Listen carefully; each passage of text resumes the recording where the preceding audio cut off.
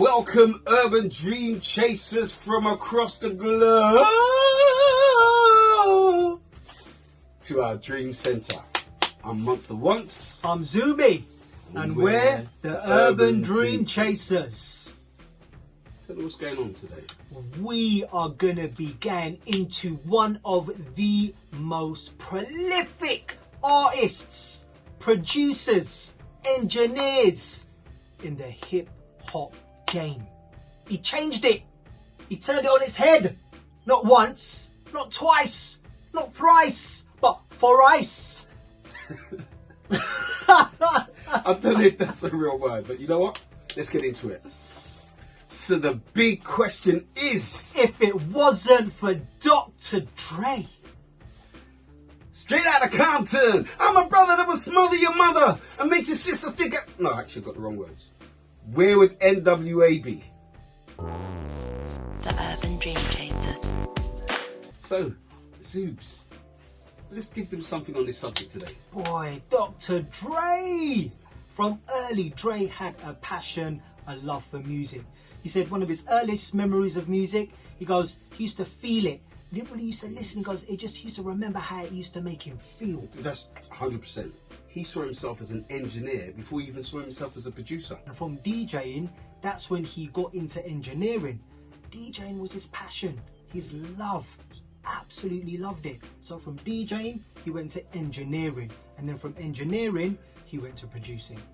For someone that actually became, or has become, pretty much the #1 producer in the game of hip-hop, to come from that angle, so many of the others come from programming beats and what have you, but Dr. Dre is a very special guy. And then all of a sudden he kind of went from all of that to getting involved and kind of kickstarting N.W.A. Yeah, I mean, I think that what was really interesting is this relationship between Eazy-E and Dre, which was actually came from off the back of parking fines and Dr. Dre getting himself in trouble and Eazy bailing him out, and from that point on in came this N.W.A. thing. So now we're going to just go and explore, well, who is it that actually was really pivotal in that whole collaboration.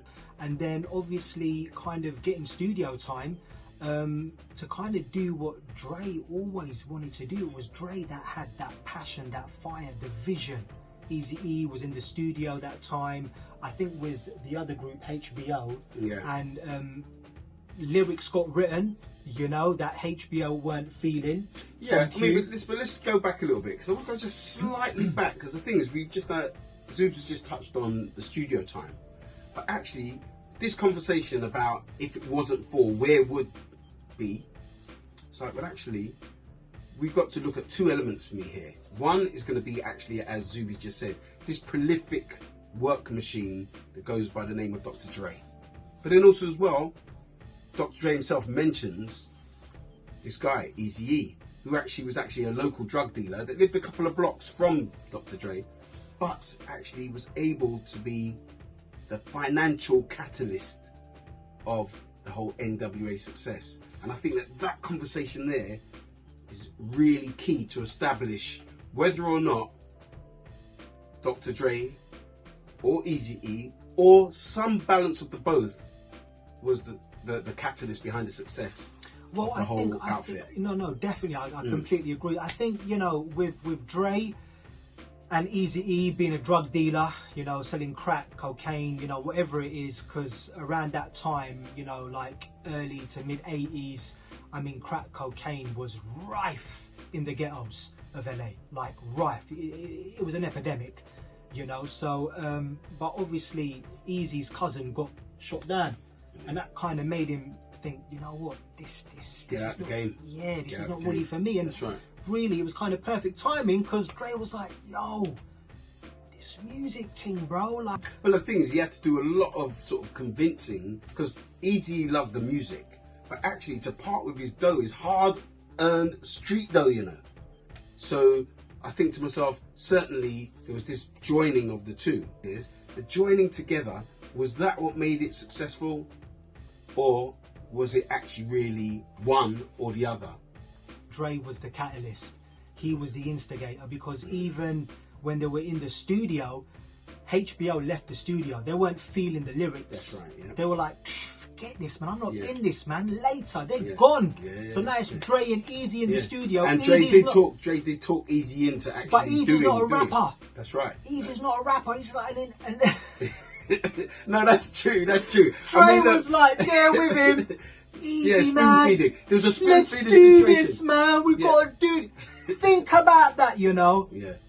Easy's not in it. He's Yeah. just a businessman. He's a Yeah. front man. Yeah. Take the dough. But- give me but- my dough but back. do you know- Triple it. That's but the kind of yeah, mindset he's got. Yeah, to some degree. I'll tell you why. I'm not finished yet, but go on. Yeah, but I'll tell you why I say to some degree. I think because, look, Eazy-E, again, he was a guy that loved to run the numbers. So there was all these tiny nuances involved in this whole success campaign. Yeah, but the thing is, before that, it was what we're talking about when they're at that point, which was a very, very poignant pinnacle point. Like, if that never happened, Yeah. there ain't no N.W.A. Yeah. There ain't no N.W.A. Yeah, I mean, and that's one thing for you certain. know what I mean? There ain't no N.W.A. And do you know what I think is the most No, there ain't no N.W.A. Yeah, let's get it The straight. interesting thing is that without any shadow of doubt, I'm in 100% agreement with Zoobs, and that is that He persuaded him. this man, It took Dr. Dre, him hours was- to yeah, he was- persuade yeah, but Easy he to was- get on the mic to do the thing. No, but listen, he was an absolute genius waiting to happen as he developed his art, his craft. And of course, in terms of gluing everything together, definitely Dr. Dre was gluing things together. Everything else, the limbs, the legs, all that stuff, the body, but the finance is the heart. Without finance, you can't move forward. So Definitely. my thing is like, Definitely. well, actually, imagine we pull the finance away. And I'm not saying to you that Dr. Dre wouldn't have relentlessly still gone at it, build it up with Ice Cube and what have you, working on this stuff. But what we're asking ourselves is, of the thousands of successful and thousands of unsuccessful artists out there, has the money been the pivotal sort of like equation in the whole situation? There's no doubt that money plays a big factor, but money's nothing without love, passion, vision, direction, and belief. You gotta have belief. I You mean, know, and those funny guys. enough, I wouldn't even say that's the case. And the reason why I wouldn't say that's the case is because I've seen enough, let's say, for example, manufactured groups with singers that can't even sing. Of that have course. gone out there and had success. Of course. Because they've had the financial Definitely, driver. I completely You see agree what with I'm that. N.W.A. changed the game of 100%. hip hop. They Well, I mean, changed the world. certainly They gangster, call them, for gangster well, no, rap, well, in terms but of that. that's what they In call. terms of, yeah. That's what they call them, gangster rap. But Yeah. for me, they were just talking reality. Of course. It was And pure they were having reality fun. on the streets. Of No, course, of course, having fun, of but course. it was Yeah. pure reality from the Yeah, streets. yeah. So now, Cube's involved. Yeah. Ren's involved. Yella. You know, Yella's involved. Yeah. And those guys, Yella KOC. and Dre, they used to be in a group together from Yeah. back in the day, the that's World right. Class Wrecking Yeah, Crew. World Class Wrecking Crew. Yeah. Have you seen Yeah. the pictures of Yeah, Dre? I see. Even with the whole group, we know to ourselves, well, actually, we're talking about two key players here. N.W.A. got born out of a very, very strong vision from Dre in terms of what was going on in the streets, like the crack, the cocaine, like the police brutality. That's why Dre said that I'm not feeling being in that group, like the World Class Wrecking Crew. He wasn't feeling it. He had a vision, and I know what his vision was. He wanted to change the world. He wanted to show consciousness to the world that this is what black people are going through in the streets, and nobody cares. Nobody's hearing our story. Nobody's hearing our voice. right. Yeah, I That's see what why you're he saying, yeah. put that down. That's why he made that crew. Yeah. And they were all talking reality. That group is not the most dangerous group. It's like, for me, it was the most realistic group. Oh It was yeah, the I mean, well, most- look, they had. I it's mean, reality, look, pure no, reality, and also, bro. well, the thing is, look, they had synergy from out the starting. point. Right. It really got on well. Right. But what happened was, as the money thing came in, and as Right. the power dynamic started to present itself, meaning Eazy-E seemed to be sort of like the focal point of the N.W.A. outfit, and Yeah, well, was well, actually then making, actually in terms of the returns, he was making possibly 6-1. I mean, he was in bank, and those guys weren't. It's true. Weren't making, I mean, well, but check this out though, and this is the thing where business meets the creative art, is that any investor that puts up an amount of money they will tend to take the lion's share. If someone comes in and says, well, look, I'm going to back your business to 95% financially, they're going to want the lion's share of the money. Now, was that something that they set out to achieve in the first place? No, they didn't want to achieve a lopsided thing. They wanted to have this cohesive, centralised success model 100%. Where they all benefit on a parallel level. 100%. But that didn't happen. No. And that there led to the demise Yeah. of them N.W.A. kind of- yeah, I mean, well, it was Cube, isn't it? He was the first one. When they got the course. checks, he was like, what's this? Like, Yeah. I ain't accepting this. Yeah. He went. And then Dre was the next one. Dre was like, boy, like, he was in it, and then he was doing it. He was like, yo, I'm getting like this money team, Yeah. and they're not really, I'm getting rinsed. Yeah. And he just went. And then obviously, what did that cause? Him, Suge, Death Row Records, yeah. right? But that's another story. Exactly. So then you got Yeah. like Eazy-E now running Ruthless Records. Yep. Still But also doing as well, his the thing. thing is, but also as well, what happened And then is you got obviously- threats Yeah. from Suge Yeah. to Eazy. No, but the potency had gone. Yeah, the potency of N.W.A. Right, had that's gone. it. We know Gone, that. 100%. Yeah? From time Cube leaves, because like he was one of the heartbeats. Dre, of course, but Cube, man. That's right. No. Yeah. Well, he was prolific with the writing as well, and his Yeah. presence was powerful. Yeah, man. Big So anyway, time. I'll tell you what we're going to do. I think that at this stage here, we need to go into the conclusion. Yeah.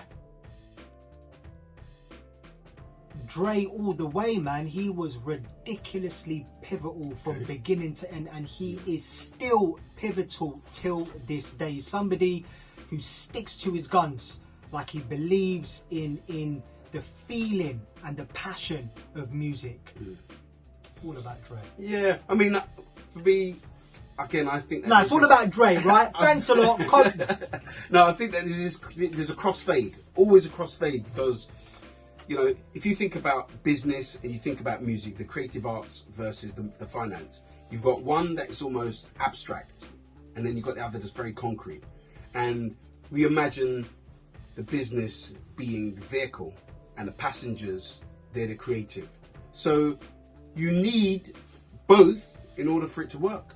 Yeah. So then Yeah. Eazy-E, even though, bearing in mind, Eazy-E still represented a very strong ignition in N.W.A. from the very start, because the first Definitely. tunes that they got success with, well, he was the front man. 100%. And actually didn't only become the front man in terms of the face of N.W.A., he also became the financial angel. Yeah. What do you think that Dr. Dre had done that actually was that crossover, pivotal thing to success? And also as well, the same with Eazy-E. What did he do? And do you think that it was Dre, like he was the catalyst, or do you think Eazy-E was a catalyst? Or both? Or both. And even Cube and all the other members of N.W.A., their input, and even the business side of things. We want to hear from you. Yeah. We've said what we've had to say. We want to hear from you. 100%. Did he contribute on pulling down the whole N.W.A. thing? What do you think? Like, subscribe, notification bell, all of that. You know what I mean? And on that note, we out of here. Straight out of Tottenham, a crazy mofo named Zoobee. The Urban Dream Chasers.